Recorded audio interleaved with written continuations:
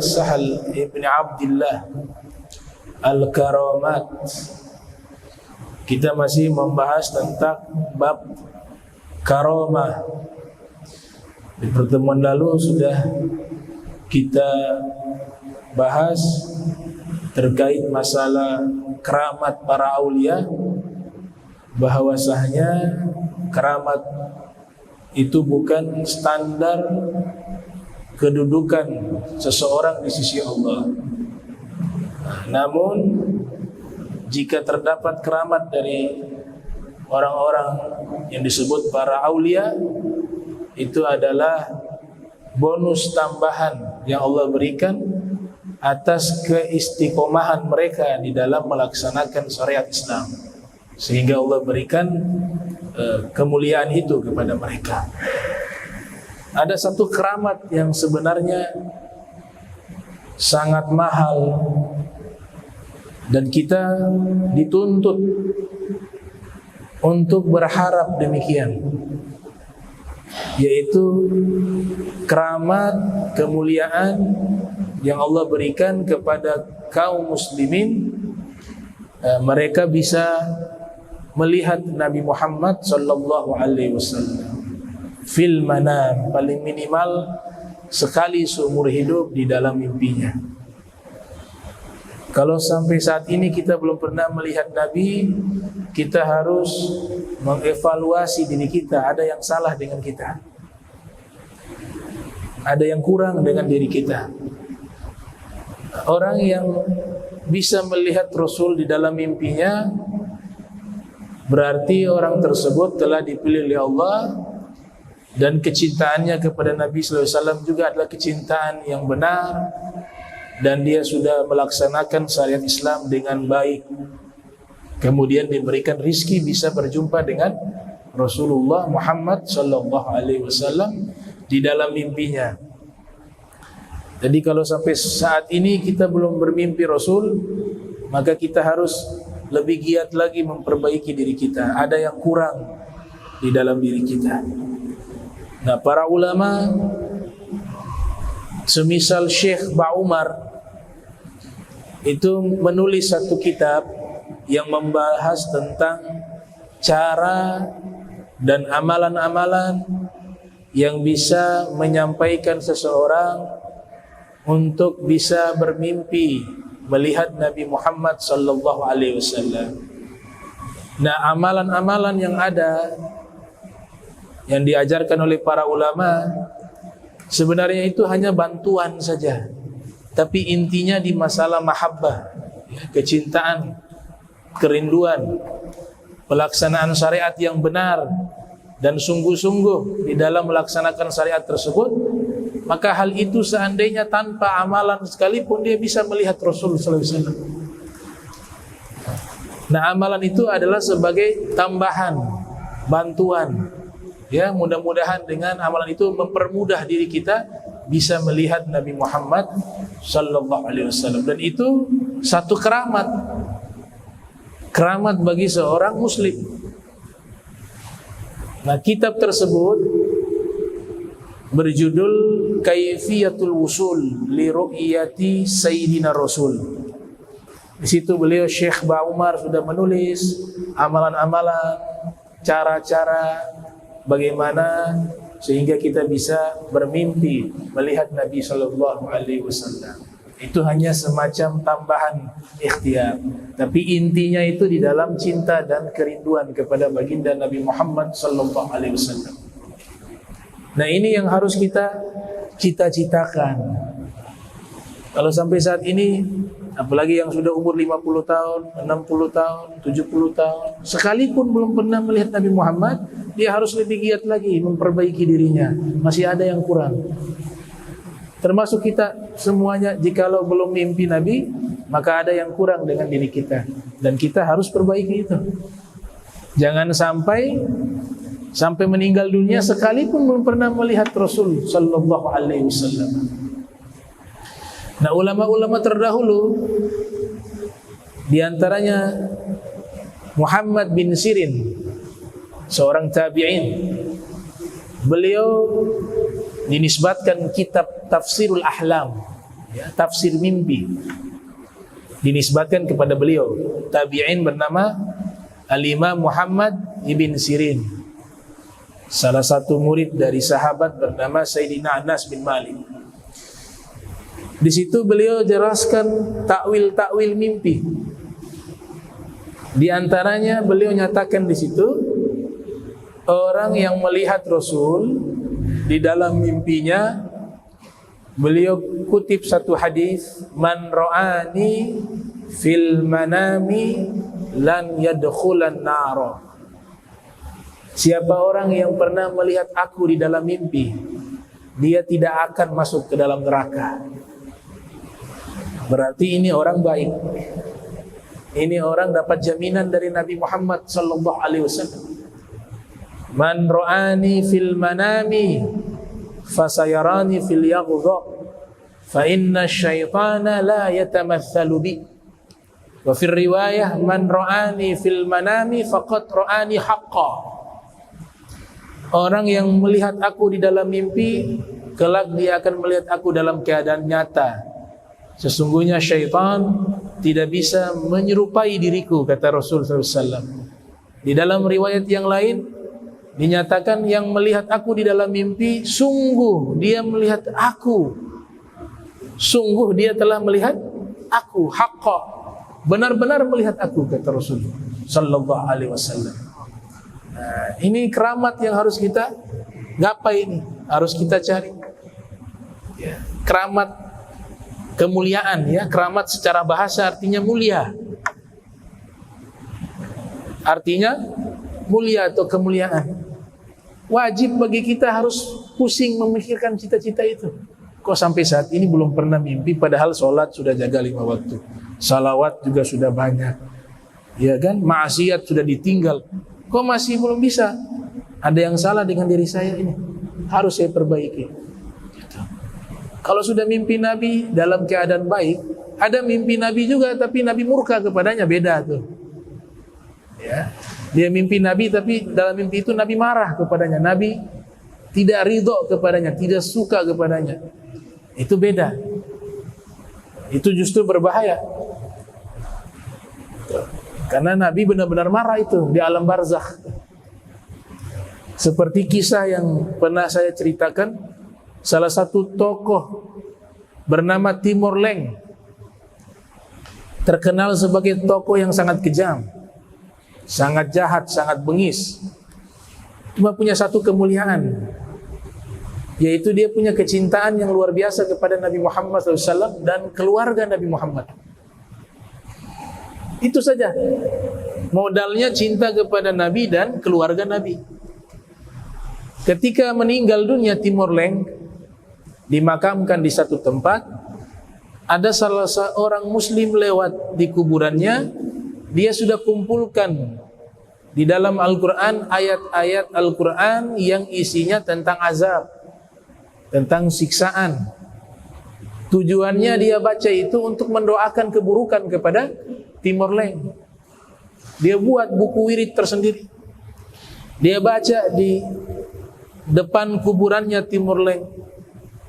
Dibaca itu wirid-wirid tersebut, kemudian dia tertidur, dia bermimpi Rasul SAW hadir dalam mimpinya itu dalam keadaan marah kepadanya dan mengatakan, kamu tinggalkan bacaan itu kepada dia. Dia seperti itu, orangnya bengis, jahat, tapi dia sangat cinta kepada keluargaku dan turunanku, kata Nabi Muhammad SAW. Nah, mimpi seperti ini teguran.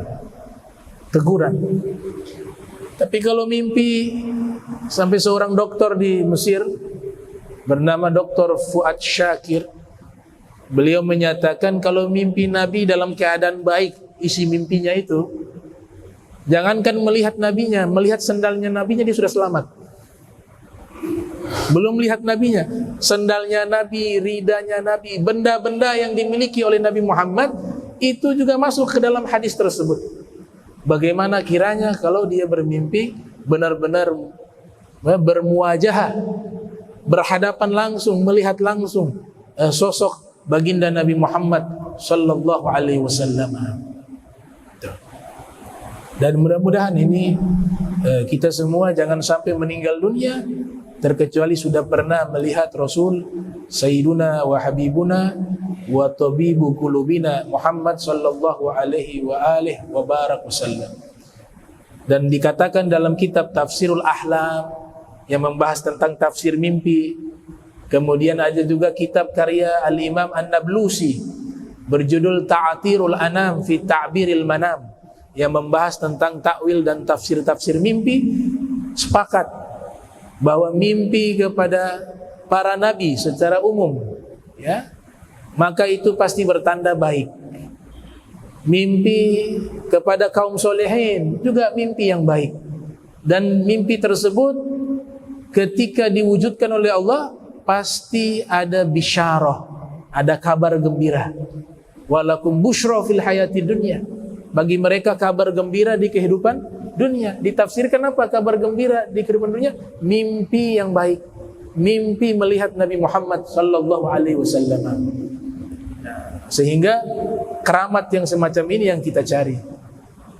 Keramat agar bisa istiqomah dalam taat wa ibadah. Keramat agar bisa khusyuk. Keramat bisa khusyuk membaca Al-Quran. Bukan keramat-keramat yang terbang, tembus dinding dan sebagainya. Jangan yang itu. Tidak perlu. Keramat yang menyelamatkan kita, keramat semacam itu. Kalau ada yang luar biasa itu bonus dari Allah Subhanahu wa taala. Kemarin kan dinyatakan tuh, kalau ibadah hanya cari keramat, maka ibadahnya itu dianggap ibadah yang tidak ikhlas. Karena yang dia cari adalah keramat. Nah, sehingga jangan sampai salah di dalam niat ketika kita melakukan amal-amal soleh. Nah, ini dikatakan oleh Al-Imam Sahal At-Tustari. Ya, dikatakan Imam Sahal At-Tustari ini ulama sufi yang hidup di abad kedua Hijriah. Kalau tidak salah beliau lahir tahun 200 Hijriah. Wafat 283 atau 93. Nah, beliau ini seangkatan dengan salah satu tokoh sufi bernama Abu Yazid Al-Bustami. Mereka bertalaki juga kepada Zunun Al-Misri, seorang sufi besar dari Mesir. Guru mereka diantaranya seorang wanita. Bisa bayangkan tokoh besar Abu Yazid Al-Bustami dan juga Sahal At-Tustari. Salah satu tobakat guru mereka adalah perempuan yang ada di kota Naisabur. Kalau tidak salah namanya Fatimah Naisaburi. Perempuan. Tapi magom ma'rifatnya lebih tinggi dari mereka. Makanya bertalaki kepada wanita tersebut. Nah, setelah itu jadi mereka sebaya, semagom. Jadi posisinya juga sudah sama, bukan guru sama murid, tapi saling menimba ilmu. Saling menimba ilmu. Kemudian Abu Yazid Al-Bustami ini luar biasa. Kalau antum baca di kitab Syiaru A'lamin Nubala yang ditulis oleh Al-Imam Az-Zahabi yang lahir tahun 673 Hijriah, wafat 748 Hijriah, selalu dinyatakan gurunya adalah Al-Imam Ja'far As-Shadiq. Gurunya Abu Yazid Al-Bustami adalah Al-Imam Ja'far As-Shadiq ibn Muhammad Al-Bakir ibn Ali Al-Abidin bin Husain bin Ali bin Abi Thalib. Selalu dikatakan syekhi an syekhihi Al-Imam Ja'far As-Shadiq atau ta'allamtu 'inda Al-Imam Ja'far As-Shadiq. Saya belajar kepada Imam Ja'far As-Shadiq. Guru saya dapat riwayat ini dari guru saya Al-Imam Ja'far As-Shadiq. Namun ada hal yang menarik. Diteliti tahunnya itu tidak semasa, tidak sezaman. Ya, Al-Imam Ja'far As-Shadiq itu dilahirkan pada tahun 83 Hijriah. Wafat pada tahun 148 Hijriah. Sedangkan Imam Abu Yazid Al-Bustami itu dikira-kirakan pada tahun 200-an. 200 Hijriah. Kalaupun masuk 100 yang mau akhir. Jadi tahun 200 Imam Abu Yazid Al-Bustami, sedangkan Imam Ja'far Shadiq wafat pada tahun 148. Bagaimana bisa bertemu? Di saat Imam Ja'far As-Shadiq masih hidup, Abu Yazid Al-Bustami belum lahir. Tapi di kitab-kitabnya para ulama, di situ tertulis bahwa Al-Imam Abu Yazid Al-Bustami belajar kepada Al-Imam Ja'far As-Shadiq. Demikian juga di dalam kitab Al-Wafi bil Wafayat, ditulis juga oleh Imam As-Safadi bahwa Imam Abu Yazid Al-Bustami berguru kepada Al-Imam Ja'far As-Shadiq. Juga disebutkan di dalam kitabnya Al-Imam Abu Nu'aim Al-Asbahani yang lahir tahun 336 Hijriah, wafat 430 Hijriah, di dalam kitab Hilyatul Auliya wa Tabaqatul Asfiya, bahwa Imam Abu Yazid Al-Bustami berguru kepada Imam Ja'far As-Shadiq. Juga disebutkan oleh Farid bin Attar dalam kitab Tazkiratul Auliya. Jadi banyak kitab-kitab ulama terdahulu, mereka menegaskan bahwa Al-Imam Abu Yazid Al-Bustami belajar kepada Imam Ja'far As-Shadiq, padahal Abu Yazid Al-Bustami belum lahir di masa hidupnya Imam Ja'far As-Shadiq. Kenapa demikian? Nah, disinilah keistimewaan umat Nabi Muhammad Sallallahu Alaihi Wasallam. Ada kejadian namanya guru ruhaniyah. Orangnya sudah meninggal tapi ruhaniyahnya hadir. Dia bisa bertalaki kalau mencapai maqam tertentu. Dan itu bukan hanya Imam Abu Yazid Al-Bustami. Banyak di kalangan para ulama terdahulu yang mereka gurunya itu lintas zaman. Padahal guru-gurunya itu sudah meninggal terlebih dahulu. Al-Habib Abdullah Al-Haddad itu menyebutkan sanad-sanad keilmuannya dari guru-gurunya, dari para salaf yang sudah meninggal cukup lama waktunya. Beliau tengah malam datang ke magam mereka, belajar di situ. Tidak masuk di akal. Ya, kita lagi bahas bab keramat. Bab keramat tidak masuk di akal. Kalau masuk akal bukan keramat namanya. Nah, dan ini secara ilmiah Imam Zahabi tokoh ulama yang ilmiah, tapi menyebutkan juga sanad keguruan Abu Yazid Al-Bustami kepada Imam Ja'far. So, secara tidak langsung beliau juga membenarkan hal itu. Abu Nu'aim Asbahani, muhaddis dan sufi, juga menekankan hal tersebut. Jadi luar biasa sanad keilmuan mereka yang bersambung kepada ulama-ulama yang sudah meninggal dunia. Itu yang dinamakan bab keramat. Jadi keramat itu banyak. Ada juga keramat dari benda yang suci, Al-Quran. Keramatnya Al-Quran dan kitab-kitab para ulama. Ada satu ulama diberikan kelebihan, seorang wali min auliyaillah. Dia bisa melihat kitab-kitab yang memunculkan cahaya. Berarti kitab itu ditulis dengan ikhlas, ditulis dengan niat yang baik. Isinya adalah kebaikan. Dia masuk di satu perpustakaan, dia lihat ada beberapa kitab yang cahaya paling terang. Semua kitab bercahaya. Tapi ada kitab-kitab tertentu cahayanya paling terang dibanding kitab-kitab yang lain. Maka dia minta kepada penjaga perpustakaan tersebut untuk mengumpulkan kitab yang nanti dia melihat cahayanya paling terang. Dikumpulkan kitab-kitab yang cahayanya paling terang, dikumpulkan. Sudah terkumpul semua, ternyata kitabnya Imam Nawawi. Kitabnya Al-Imam Nawawi. Nah, dalam syair kan dikatakan laqiti khairan ya nawa wa wukiti min alamin nawa falaqad nasha biki alimun akhlasa lillahi ma nawa wa ala siwahu fadluhu fadlal hububi ala nawa. Kau beruntung wahai kota Nawa. Ibnu Wardi membuat syair. Kau beruntung wahai kota Nawa, karena kau bertemu di tempatmu itu seorang yang alim.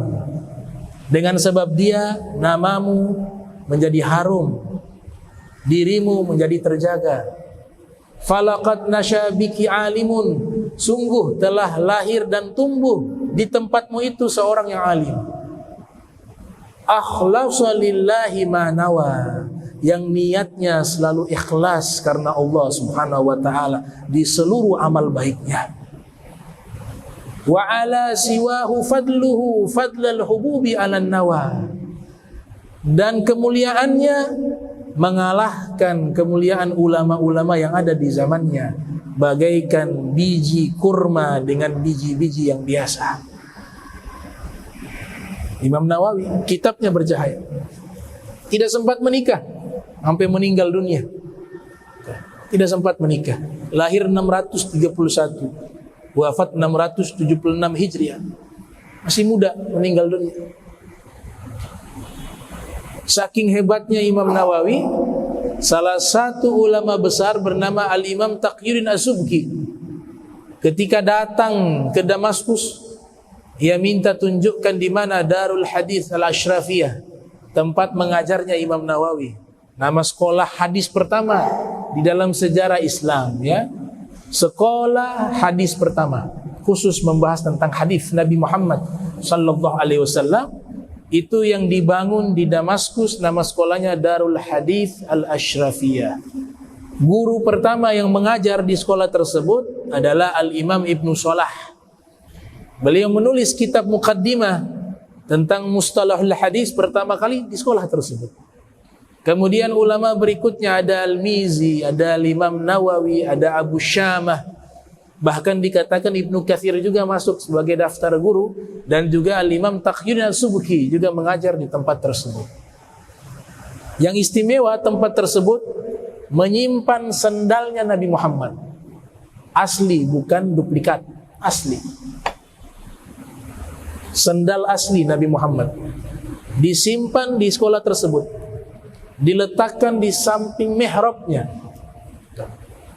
sehingga seorang ulama bernama Said Badruddin Al-Hasani ketika menjelaskan makna daripada syairnya Imam Taqiyuddin As-Subki, ketika masuk ke Damaskus ada yang bertanya kepada beliau tentang masalah hukum agama, beliau tidak mau menjawab, beradab kepada Imam Nawawi. Ini adabnya ahli ilmu. Kalau ada orang yang lebih alim, jangan kita menunjukkan keilmuan kita, biar dia yang jelaskan, walaupun kita tahu. Itu adab dari kalangan para ahli ilmu.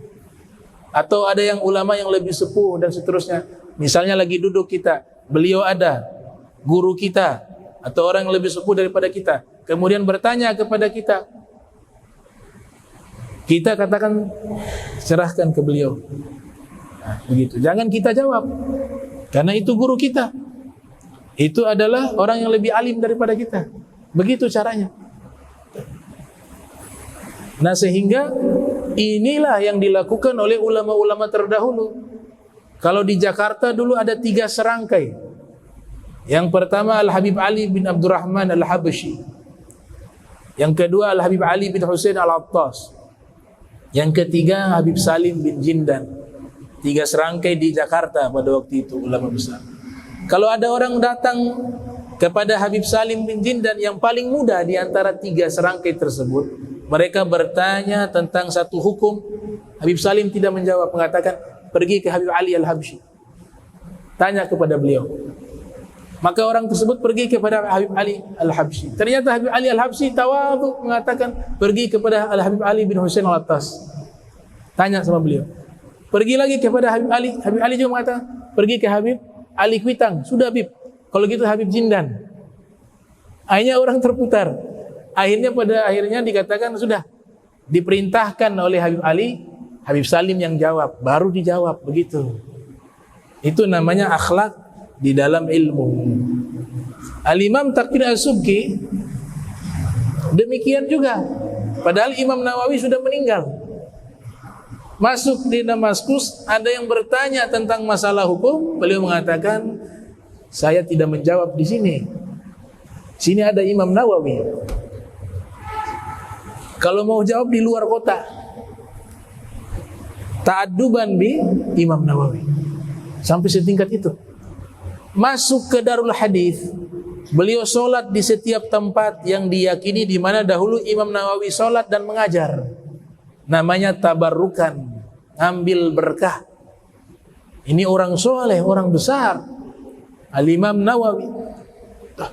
Akhirnya beliau buat syair.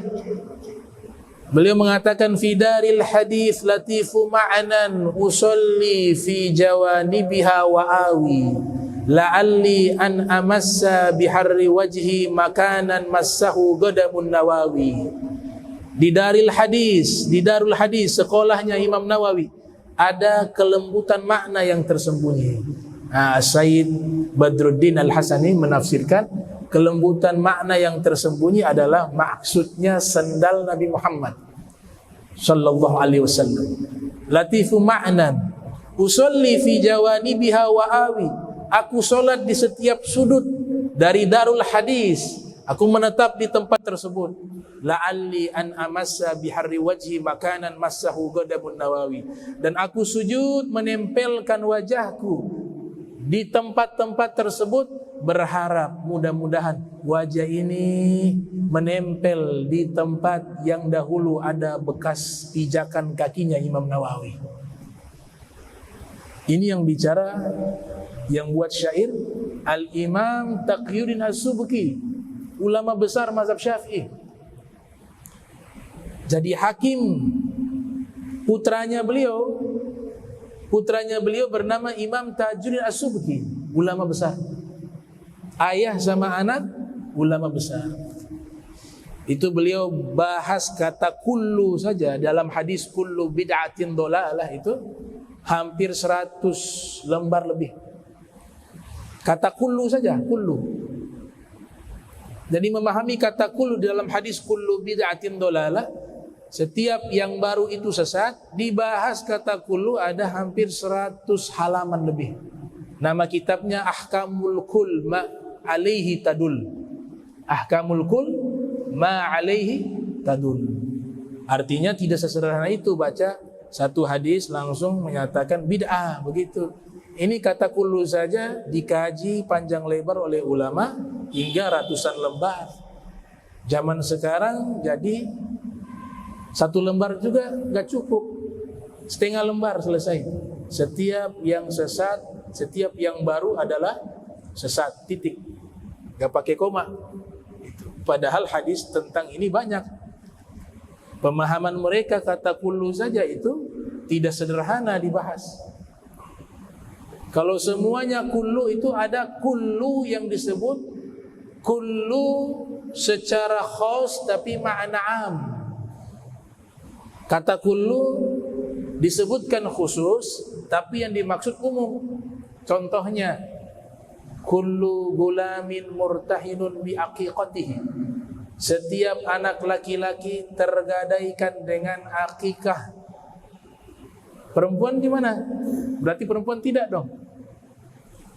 Di situ kata kullu maknanya khusus kepada laki-laki, tapi yang dia maksud bukan hanya laki-laki, perempuan juga. Jadi tidak bisa diartikan satu itu aja. Ada juga mengatakan kalau kullu kita artikan semua, maka akan terjadi kesalahan makna. Misalnya mengatakan bahwa semua yang berjiwa pasti mati. Kullu nafsin dha'iqatul maut. Setiap yang berjiwa pasti merasakan kematian. Nah, ini kata setiap yang berjiwa ini tidak semua. Karena jiwa juga Allah menyebut dirinya dengan jiwa. Berarti Allah juga termasuk di situ merasakan kematian. Nauzubillah min dzalik. Berarti tidak mutlak semua kata kullu di sini. Buktinya Allah nyatakan dalam hadis qudsi, "Man dzakarani fi nafsihi, dzakartu fi nafsi." Siapa yang mengingat aku di dalam dirinya, aku mengingatnya di dalam diriku. Jadi Allah juga menyebutkan diri. Menyebutkan kata nafs. Kullu nafsin. Kalau kita artikan kullu nafsin dha'iqatul maut, setiap yang berjiwa pasti merasakan kematian. Sampai di situ berarti Allah termasuk. karena Allah menyebut dirinya juga dengan nafsi. Maka di sini dikatakan oh tidak semua, Allah tidak. Nah, berarti ada pengecualian. Begitu juga kullu bid'atin dhalalah, tidak semua yang baru itu sesat. Ada pengecualiannya. Kita kumpulkan dalil-dalil di hadis-hadis tersebut. Imam Syafi'i sudah mengatakan ma khalafa kitaban au sunnatan au atharan au ijma'an fahuwa bid'ah ad-dhalalah au kama qala. Semua yang baru jika bertentangan dengan Al-Quran atau sunnah atau athar atau ijma'nya para ulama, maka itulah yang disebut bid'ah dhalalah. Itu. Jadi kata semua tidak boleh digunakan satu arti saja. Dia punya penjelasan 100 lembar lebih. Kata kullu saja, belum bid'ahnya, belum. Masih kullunya. Ahkamu kulli ma tadullu alaih. Itu bisa baca di kitab tersebut. Hukum kullu dan apa-apa yang menunjukkan kepadanya. Dijelaskan oleh siapa? Al-Imam Taqiyuddin As-Subki. Baik. Nah, kemudian ini dijelaskan keramat, dilihat benda bercahaya, itu keramat. Ya. Bisa mimpi melihat Nabi, itu keramat. Bisa istiqomah di dalam amal. Yang satunya istiqomah sholat tahajud, keramat. Istiqomah menjaga sholat 5 waktu berjamaah, tidak pernah telat takbiratul ihram dengan imam, keramat. Jadi keramat itu luas, bukan hanya yang sifatnya hal-hal yang luar biasa yang terjadi, bisa terbang, bisa kasyaf, itu bonus tambahan dari Allah Subhanahu wa taala. Nah, di sini dikatakan bahwa sesungguhnya Imam Sahal Tustari mengatakan ketika ada yang tanya apa itu keramat, dijawab oleh beliau, keramat itu sesuatu yang luar biasa yang terjadi namun ada masa waktunya, dia akan selesai. Tetapi keramat yang paling besar, kata beliau, adalah engkau merubah akhlak burukmu yang ada di dalam dirimu, kau rubah menjadi akhlak yang terpuji. Itu keramat yang paling besar. Kata siapa? Imam Sahal At-Tustari. Kemudian dikatakan inna zuhural karamati la yadullu ala afdaliyati sahibiha.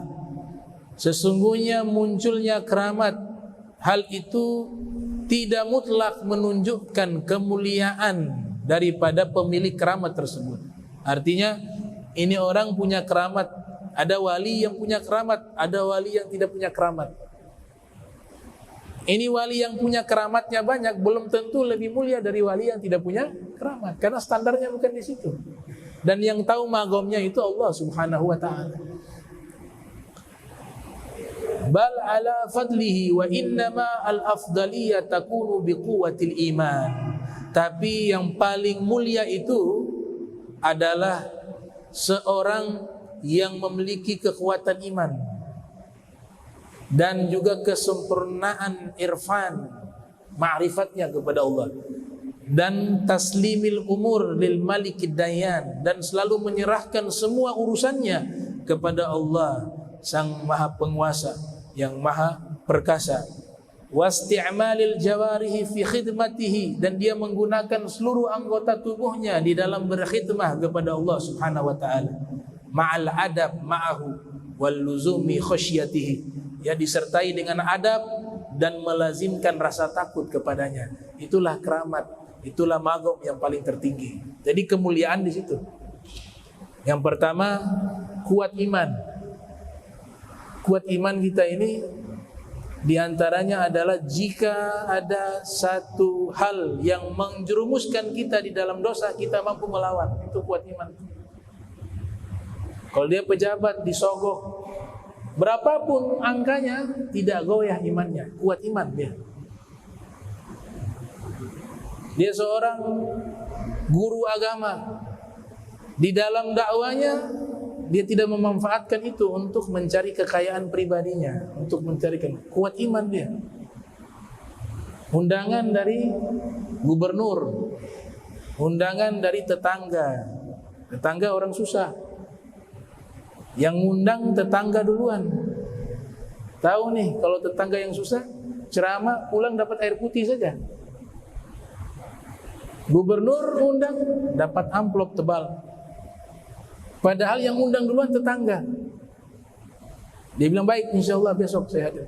Gak lama setelah bilang siap besok, datang tamu, ada undangan besok dari Pak Gub. Jadwalnya sama. Oh sudah, diterima. Yang tetangga nanti ditunda boleh acaranya minggu depan. Kalau gak bisa ditunda, nanti cari orang lain sudah. Sudah dirubah niatnya. Kenapa? Yang ini amplopnya tebal, yang ini gak dapat amplop. Jadi ada dakwah, maafi amplop. Dakwanya apa yang ada di amplop? Berarti imannya gak kuat. Buatul imannya tidak ada. Gitu. Nah ini berlaku kepada semua. Kemudian yang paling mulia kamalul irfan. Ya, kamalil irfan. Dia punya ma'rifat kepada Allah sempurna. Jadi memahami ma'rifat itu tidak harus yang aneh-aneh. Ya, sudah ma'rifatul Allah, nanti kita sudah sholat, ruhnya Allah sudah menyatu dengan kita. Kita sudah terlalu aneh-aneh. Yakin Allah itu ada bersamanya selalu. Dia selalu hadirkan perasaan itu. Itu sudah masuk ma'rifat. Kalau ma'rifat yang seperti tadi, ruh menyatu, ruhnya Allah menyatu ke dalam ruhku, itu orang sudah fana, sudah sampai magom fana. Yang dia bicara itu gak dibuat-buat, memang gak sadar. Tapi kalau masih tahu warna uang ini, warna hijau, kemudian bicara fana, itu bohong. Bohong itu. Kalau fana itu semuanya dia lupa. Bicaranya ruh menyatu dengan ruhnya Allah, menyatu dengan, dikasih uang 1.000 sama 100.000, dia pilih yang 100.000. Berarti belum fana dia, masih sadar. Kalau fana hilang akal. Ya, Nabi Isa pernah ajarkan kepada murid-muridnya. Nabi Isa jalan di atas air, murid-muridnya kaum Hawariyun kagum. Bagaimana wahai guru? Dibilang kepada Nabi Isa, cara agar kami bisa berjalan di atas air seperti yang kau lakukan. Kata Nabi Isa, gampang. Coba kalian gali tuh di tanah. Ada murid beberapa orang, digali di tanah. Yang mereka dapat batu dibuang, batu dibuang. Dapat batu lagi dibuang. Ketika dapat emas, wah emas. Ternyata semuanya ketika batu dibuang, ketika emas semuanya sadar ini emas. Tidak ada yang buang emas. Kata Nabi Isa, saya bisa berjalan di atas air karena bagi saya batu dan emas sama-sama batu. Sama-sama saya buang. Nah, itu fana itu. Tapi masih tahu warna uang, pilih yang paling besar lagi. Itu bukan fana. Itu namanya bohong. Terus bicara ruh menyatu. Ya, ruhnya Allah itu harus menyatu begini. Kalau ibadah ruh belum menyatu dengan Allah, gak bisa. Ibadah kita itu belum sempurna. Ilmu kalian masih kulit. Kalau kami sudah isi, nah kasih uang, ini 1.000, ini 1.000. Masih sadar. Baru bicara fana, bicara ruh. Nah, kebanyakan bohong. Ma'rifat yang sederhana itu, kita takut sama Allah karena Allah selalu hadir bersama kita. Perasaan kita menghadirkan Allah. Kita takut melakukan pelanggaran di saat sendiri karena ada Allah melihat kita dan seterusnya. Itu namanya kamalil irfan. Ya, tapi bukan berarti saya mengingkari orang-orang tersebut. Ada yang asli, ada. Ya, seperti siapa? Kalau sudah sampai puncak fana di tanah Jawa ada, namanya Syekh Siti Jenar. Dia fana, tidak sadar lagi, sudah mengalami pengalaman spiritual yang tinggi. Yang dia ucapkan tidak sadar, sehingga seakan-akan bertentangan dengan syariat. Di tanah Aceh, Serambi Makkah Aceh, juga ada satu toko yang fana. namanya Syekh Hamzah Funsuri. Di Banjar juga ada Syekh Ahmad Nafis Al-Banjari. Di Irak ada Al-Hallaj. Ini semua fana yang asli.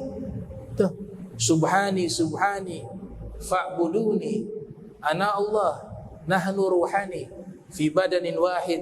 Maha suci aku, sembahlah aku adalah Allah.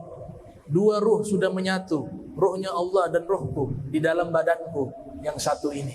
Itu yang dia bicara, gak sadar, bukan dibuat-buat, tidak sadar.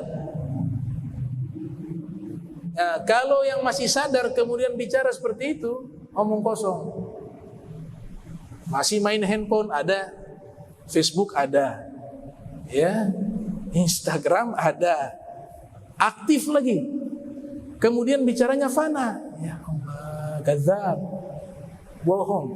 Kalau fana itu barang udah gak ada, sudah gak tampil di YouTube, sudah gak sempat pegang itu apa namanya, IG atau apa itu, Facebook dan lain sebagainya, WA, hilang dia.